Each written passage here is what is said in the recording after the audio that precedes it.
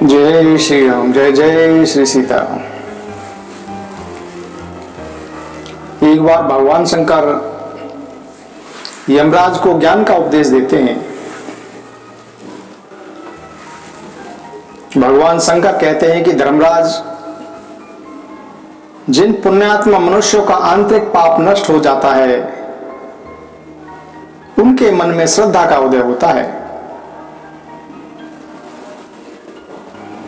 और फिर पूर्व पुण्य के प्रभाव से उनके हृदय में उत्तम तीर्थों में जाने और संत महात्माओं का दर्शन करने की प्रबल इच्छा होती है।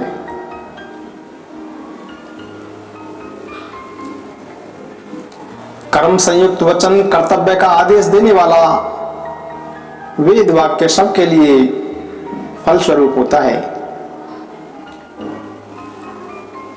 परंतु सब तीर्थों का सेवन, यज्ञों का अनुष्ठान और नाना प्रकार के दान आदि कार्य, ये सब अंतःकरण की शुद्धि के लिए करने योग्य हैं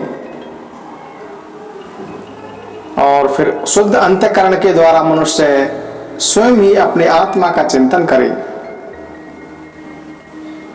मैं ही आत्मा रूप से सब प्राणियों के भीतर स्थित हूं, मैं नित्य हूं, सत्ता युक्त हूं, अपने आप में स्थित रहने वाला और व्यवधान शून्य हूं,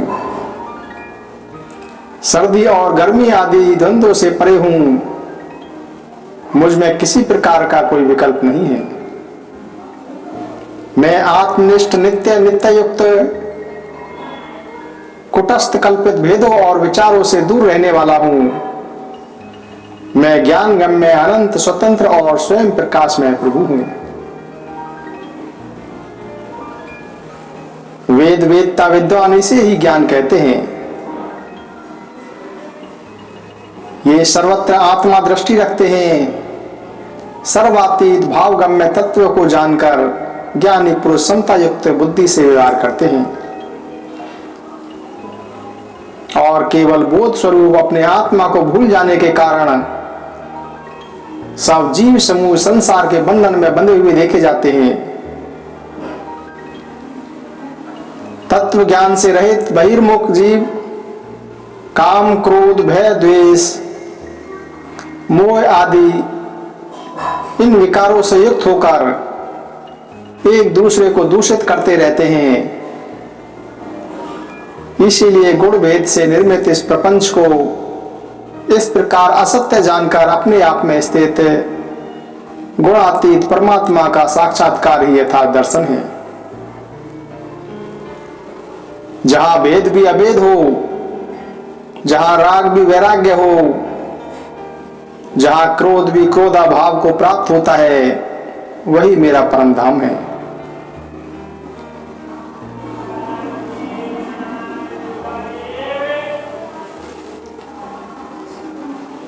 जिसकी जड़ अनादि काल से चली आ रही है, माया के कारण जिसको विचार में लाना ही कठिन है,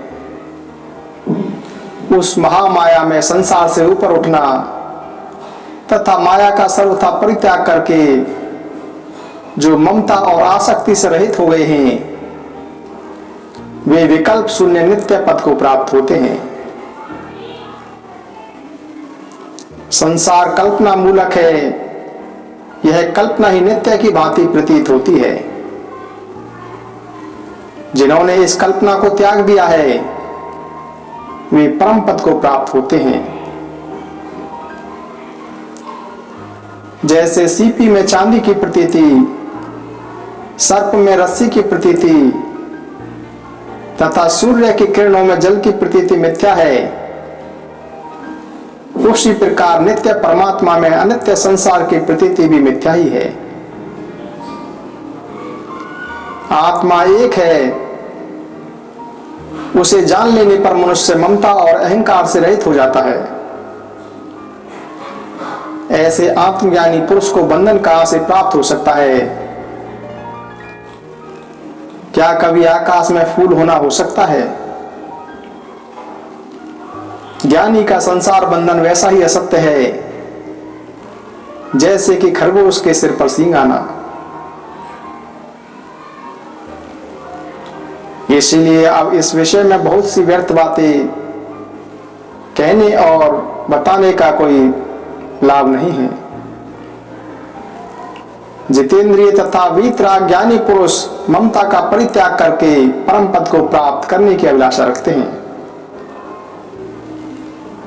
जिन्होंने ममत्व को त्याग दिया है और लोभ तथा मोह को दूर कर दिया है, वे काम क्रोध से हीन मानव परम पद को प्राप्त होते हैं। जब तक मन में काम, लोभ, राग और द्वेष डेरा डाले हुए हैं, तब तक केवल शब्द मात्र का बोध रखने वाले विद्वान परम सिद्धि को नहीं हो सकते।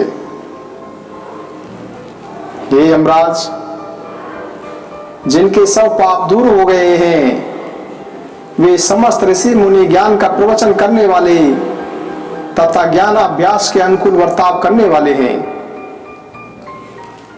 तथापि ज्ञान वेदता नहीं है। ज्ञानगम्य वस्तु को जानकर ही मनुष्य ज्ञानी कहलाता है। कैसे जानना चाहिए, किसके द्वारा जानने योग्य है और जिसको जानना अभिष्ट है, वह वस्तु क्या है, ये सब बातें मैं तुम्हारी जानकारी के लिए संक्षेप में बतलाता हूं। सुनो। आत्मा एक ही है, जो कि भेद बुद्धि होने से वह अनेक सा दिखाई देता है। जैसे घूमने वाले की दृष्टि में यह पृथ्वी घूमती हुई सी प्रतीति होती है, उसी प्रकार भेद बुद्धि से एक आत्मा ही अनेक सी प्रतीत हो रही है। अतः विचार के द्वारा ही आत्मा का ज्ञान प्राप्त करना चाहिए। गुरु के मुख से श्रवण के द्वारा तथा भली भांति प्रयोग में लाए हुए विशेष मनन के द्वारा ही आत्म तत्व का साक्षात्कार करना उचित है।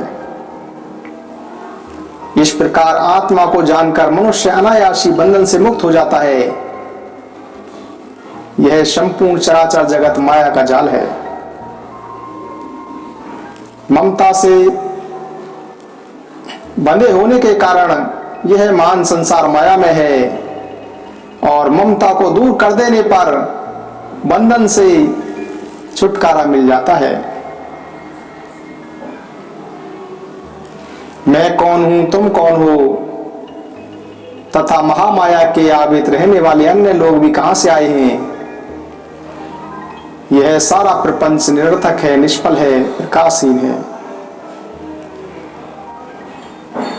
इसीलिए सर्वथा प्रयत्न करके आत्म तत्व का चिंतन करो।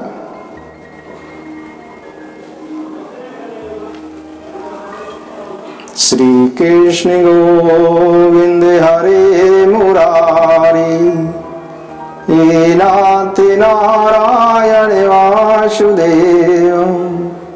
श्री कृष्ण गोविंद हरे मुरारी, हे नाथ नारायण वासुदेव।